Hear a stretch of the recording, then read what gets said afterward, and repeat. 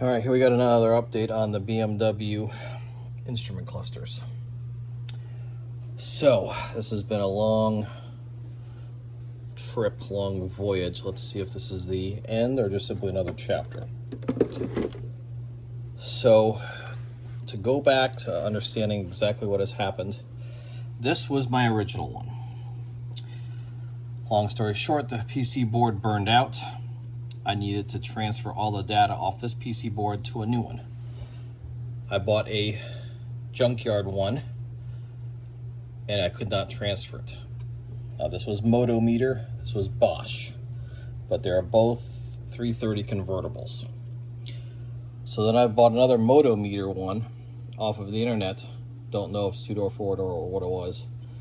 I think it was a lower level because you can see it does not have the silver rings around the gauge, each of the gauges, like the other ones do. Again, it did not work. Sidebar, this is the original older model one, and this is the newer LWS, or whatever they're called. I wanted this newer one because it's got the daytime running lights.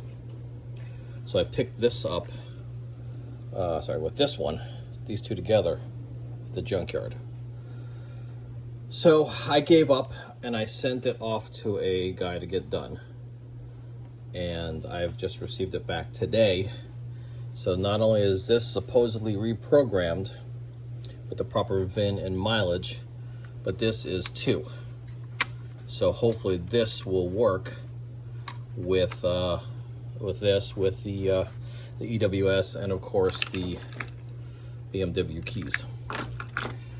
So I'm going to put this all together and I'm going to see if this works. If it does, great. If it doesn't, I'm beside myself. I don't know what to do. But as you can see, everything's all put back together nice and pretty. When I sent the PC, I just sent just the PC boards in. So I took all this apart myself and reassembled it myself. The obviously the new PC board came back, but he did not send back the old PC board. I would have liked to have had it just to have kept it together because of that, and also because I replaced the capacitors in one of the stepper motors. So those are brand new, so I would have liked to have kept it. But obviously the PC board's no good, so it's not that big of a deal.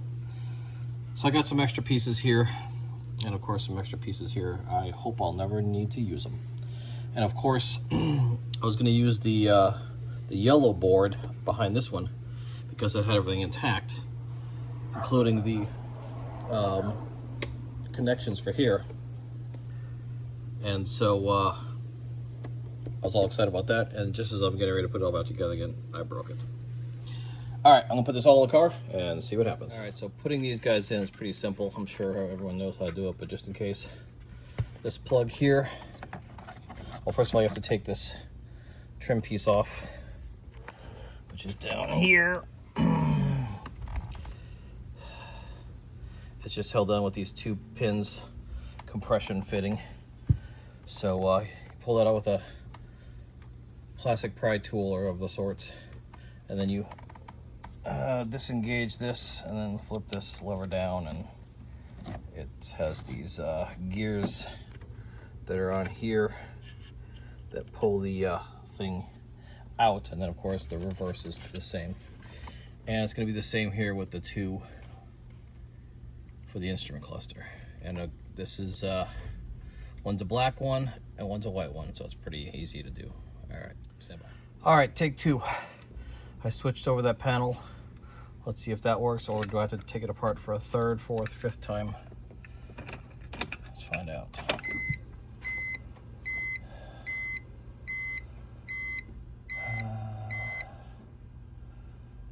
The mileage looks right. Everything looks right. I don't know about the gas, if I got that amount of gas or what. This is pretty bright, so I'll turn that down.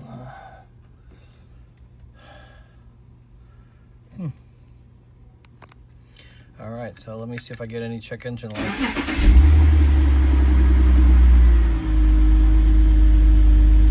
Wow. No check engine lights. This has started flashing again now.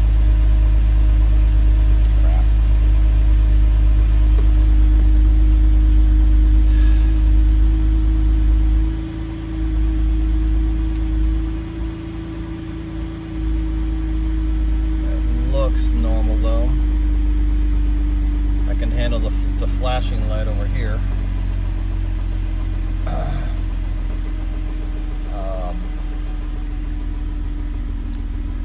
But the other stuff is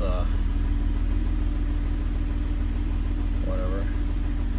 And I don't know if the microphone is picking it up or not. Here, I'll actually walk to the front of the car. I've got a horrible knock now. I think it's one of the hydraulic lifters is stuck.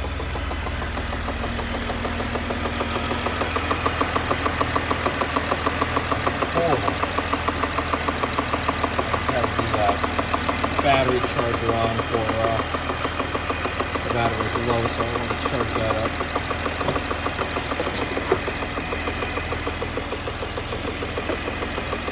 But yeah, I got this knock going on and I have no idea, and that's something else I gotta look at. That's pulling the door over here, so I'll have to figure that one out too. The funds of BMW ownership, right? Always, something's always breaking.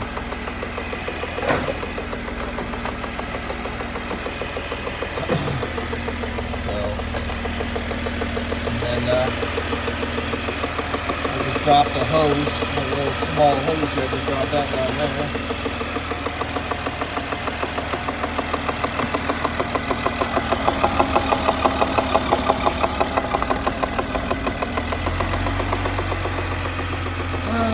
Alright, so anyways, the situation now is that the headlights work good. The daytime running lights work. And then the everything else seems to be working alright now. I don't know why it's still flashing.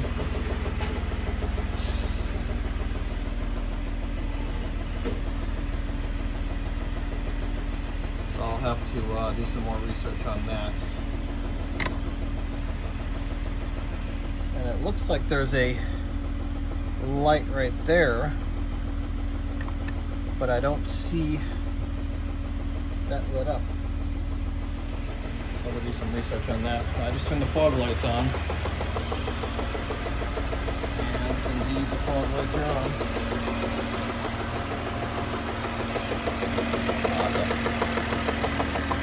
Good knock. Now, I'll have to research that more, but when I bought this car a year and a half ago, it was knocking really bad. And so I actually took the hydraulic lifters out and cleaned them all up. And that fixed it. Maybe it's doing it again, I don't know. So I'll have to do some more research on that. But as you can see, the temperature gauge is coming up. So put it in reverse, neutral, drive.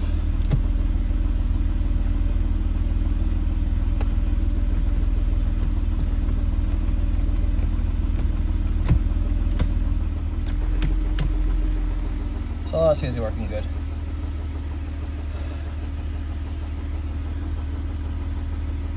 Maybe I'll have to take a trip up to the gas station. Hopefully I put that gas gauge properly. So, alrighty, well I'm going to consider this fixed with the exception of this light here. Why that's still flashing, I do not know. So I'll send the guy a quick text and ask him. So, but let me see, the air conditioning kicked on.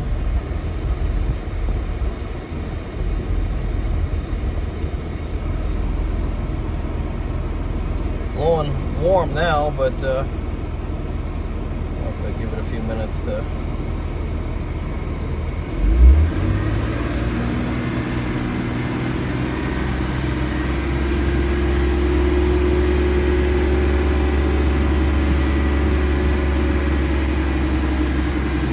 oh yeah, it's getting cold now. Excellent. Alright, so I'm not worried about that anymore. Alright, last thing to do is just set the clock. I have no idea what time it is, so I'll just have to wing it, I guess.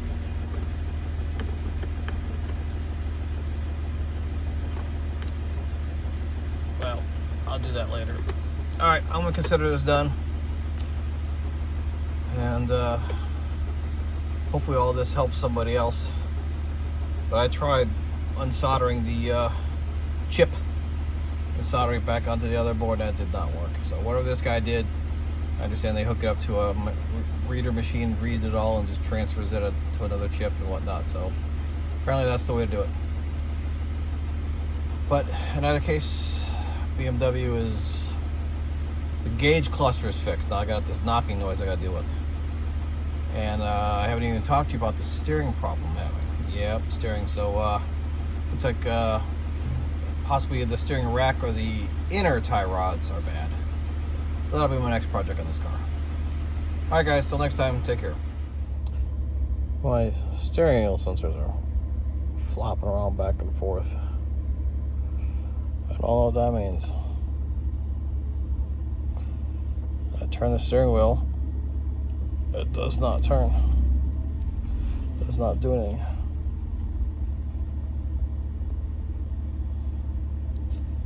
Alright. And I'm not sure what this means. I don't speak German. But it looks like this is sensor 1 and sensor 2 for the steering angle. Now sensor 1 is showing 50 all the way down there, and sensor 2 is showing 176 all the way up there. And if I move the steering wheel, they both move. Both numbers move. But they both move together, but one's a lot higher than the other one. So that's at the 2 o'clock position at 0 and 124. Back to normal 50. The 10 o'clock position is 100, and that's 233. So I'm thinking it's the steering angle sensor, which is new. But it's a pain to tear it all apart. But it's obviously it's plugged in because it's reading. So it's just a matter of, is one of the connectors dirty? Is one of the things out of whack? Is it? I've tried to initialize it numerous times. I get the engine or the brake stuff to go away, but as soon as I start driving, it comes right back again. So I've got another one on order. Should be in a couple days, but now I've got to completely replace all that, which is a royal pain. Maybe I'll take it apart and clean it, but I don't want to take it apart, clean it, put it all back together again, and then still have a problem. And then you have to take it all apart again when the new one shows up. So I'm going to hold off and do it all at once. Alright, so now here's the sensors. And I believe these are the steering sensors, because if I move the steering wheel, you see the numbers change. But why is this at 48 and that's at 174?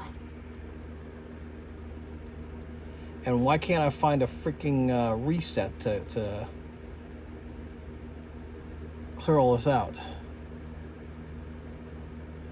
So I'll keep doing some more research. Alright, he's here even a better one, the steering angle. Yay. Of course, just had to stop working right this time.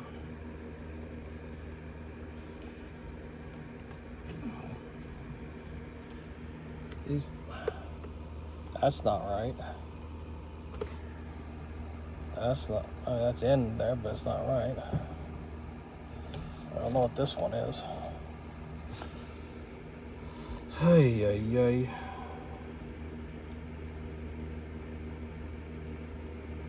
Well, this one came up a little bit, but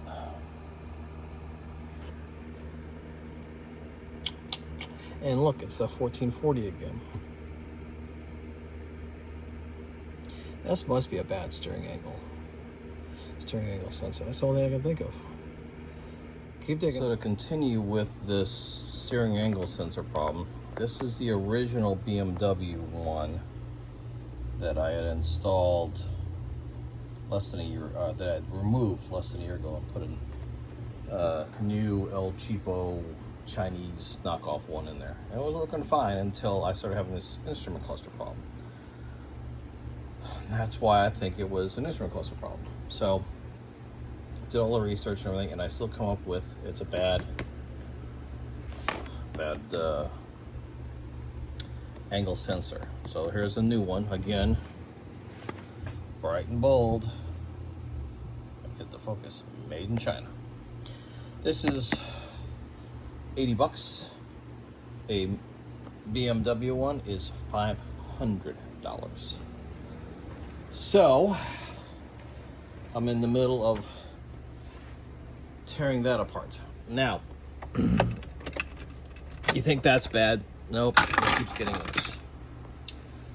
So I got to take all this apart and replace that steering angle sensor, which means dropping the entire steering.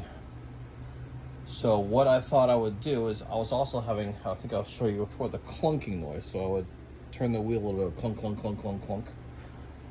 So what could that be? Well, I didn't get a chance to show it to you guys because it happened too fast, but say hello to my little steering rack. Yeah.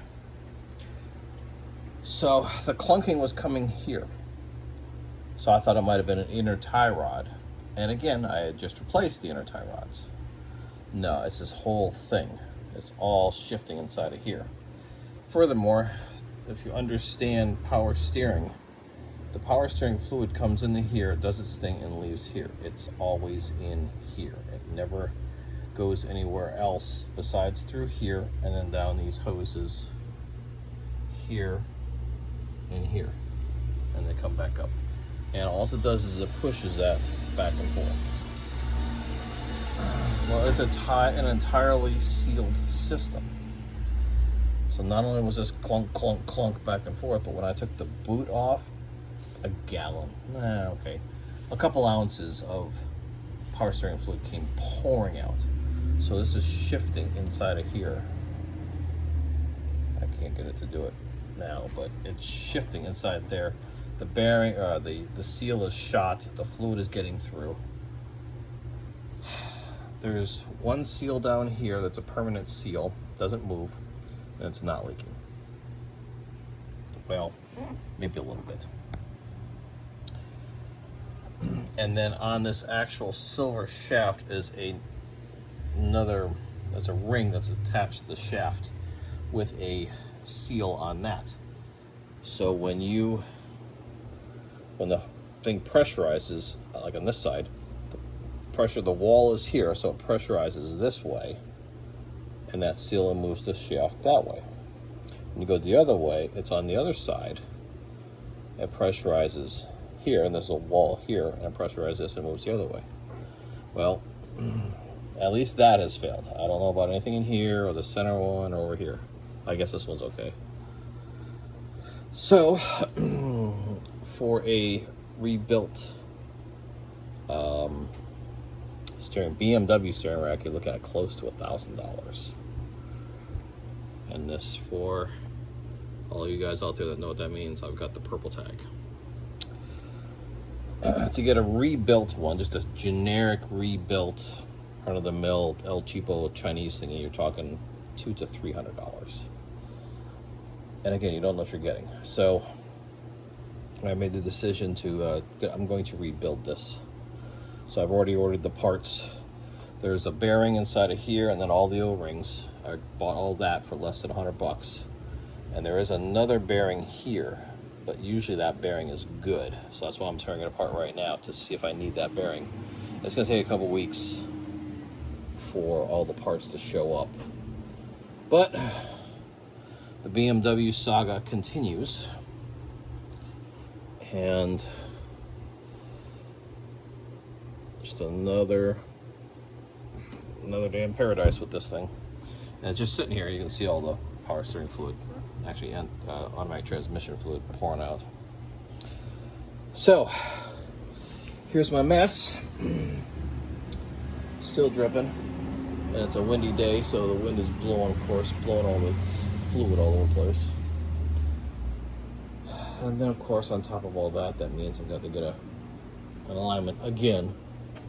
Another $150 down the drain just for another alignment. So, and of course, I still have not rectified the issue with the steering angle sensor. And my computer that has my IMPA, ISTA, all that stuff, it died. So here it is here. I've got the solid state hard drive out. I'm trying to make a copy of that. And so I had to buy a SATA cable adapter to try to read that. So it just keeps going. Anyways, any of you out there that know BMWs, you know exactly what I'm talking about and the headache and heartache I'm going through. You know, if it's so, oh, it's just this one more part, it'll permanently fix the car forever. Oh, just this one more. Oh, just one more. One more. Over and over and over and over. Good stuff, good stuff. But hey, the knowledge I'm learning is invaluable, right? Or so they say. All right, I'll give you an update as I start finishing this stuff up. All right, we're back to the BMW again. This is going to be a kind of a summation video of what's going on and what's coming up to keep you guys all in the loop. So, I'm going to start off in chronological order here. First, we know that we had the instrument cluster problem. So I had to actually send that out and pay to get that done. It seems to be working fine, although there's still some issues that I'm slowly sorting out. But that is working, all the gauges are working, so that's the important thing. Well, I also got the steering angle sensor fault, and it was showing absolutely zero. So, but the way I read that is off of my computer, old computer with the input program. Well, I initially hooked this up and it did not work. As you can see, the hard drive is missing. The hard drive crashed. So what I did is I actually went out and bought another laptop to have the input put on there. Well, of course, this input was in German. It's like, oh my God. So I ended up transferring I got the hard drive to work doing a standalone. I ended up transferring the input program from here to here in the English version. And it showed the steering angle sensor was bad. I did a whole bunch of tests and I did that. So I bought the steering angle sensor. I am reformatting a new hard drive to hopefully save this one as well for a backup. But, so then I come into here to replace the steering angle sensor and pull this apart. And while I'm at it, I was having a knocking noise. I caught it on video a couple of videos ago of the knocking noise with turning the steering wheel. Clunk, clunk, clunk. So while I was in there, I figured I'll take a look at that. It turned out to be a bad steering rack. So now I am rebuilding the steering rack. And everything's looking good so far. You can see a little bit of pitting on the actual rack itself, but I cannot catch a finger on any of this. So one of the things I need to do is polish that. And then there's the 3 bearings. Here's one, here's the other one, and the third one is down in there somewhere in the box, up in here. Those, oh, and this one here. These bearings, I don't know if you can hear that. They're shot. Well, it feels like they're full of sand. If I were to clean them all out, I could probably repack them and then probably use them, but you know what, I just bought new ones. So that leads us to the next issue. This one is coming from France. I did not know that. I went on eBay and I typed in the bearing. I said, here it is, $5, free shipping. Oh, okay. So I ordered 2 of them. I ordered 2 of everything. in case I have to do another rack. Well, guess what? It's come from France. And estimated delivery date, 1 month. Oh my God. So, whatever shall I do with this car up on the jacks, half torn apart, for a month? Well, in another video, previous video, I showed you that I've got the knocking coming back from the lifters. So yes, I just bought a whole new set of lifters. I found the INA, the original BMW lifters, for a very good price on eBay, so I ordered those. So I'm going to be tearing this whole thing apart. But wait, there's more. Because I got all this torn apart, the vanos will be coming out, all that stuff. I'm going to go even further and check into replacing the timing chain and the guides. This has got 195,000 miles on it with the original plastic guides in there. I'm sure they're getting kind of crunchy by now. From what I understand, you have to either partially release the head or take the oil pan down. Now, I've already taken the oil pan off before I replace the gasket. I really hate to do that, but I think that's going to be better than taking the head off. But all of this has to come off. Water pump and all the hose and all that. So I'm going to lose all my coolant and everything to take the cover off to replace that. But do you replace it before it breaks, or do you replace it after it breaks? So I got lots and lots of work coming up. So with that being said, I'm going to stop this video series here and publish this, so you guys will see me up to here. And then I will continue from there on. By the way, that's the lower radiator clip that holds the fan shroud in. And I've gone to the junkyard numerous times, and I just can't find one that's got all the tabs still on, so I just bought a new one of those as well. So that's going in too. So I'm going to stop the video series here. I'm going to obviously pack all this stuff up and put it in a corner and wait a month. And then I'm going to start tearing into this. Now, the guy I bought the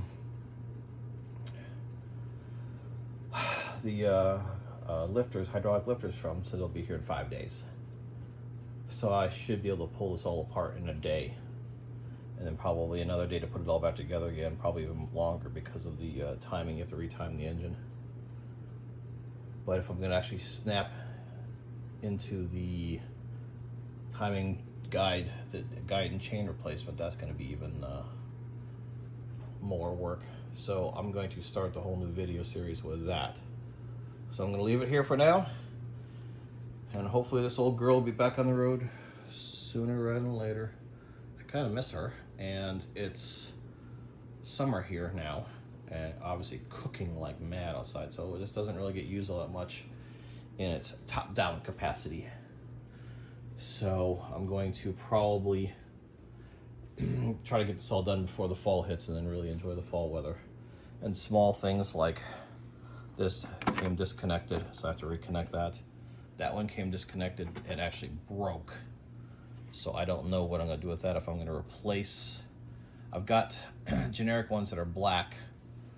Replace it with a black one or what, I don't know. And I was just at the junkyard a few weeks ago, and this exact car was there with these. The top was up, so I'd have to do the manual top thingy, but I didn't even think about it. I wish I could go back there. They had sport seats, which I'd probably grab. Well, you know, I probably would not grab the sport seats because, from what I understand, from what I remember, they were not the heated. And one thing I really enjoy is driving the convertible with the top down in the cold with the heated seats on and the heat blowing on your feet. I'm crazy, but that's, to me, is awesome, especially at night. Just love it. So I definitely want the heated seats, the heated sport seats. Now, obviously, I've recovered these. So whatever I could find in a junkyard, it's obviously going to need to be recovered. But these small onesie-twosie little things I'll start doing as well. So, that's where we're at. Hope to see you guys soon.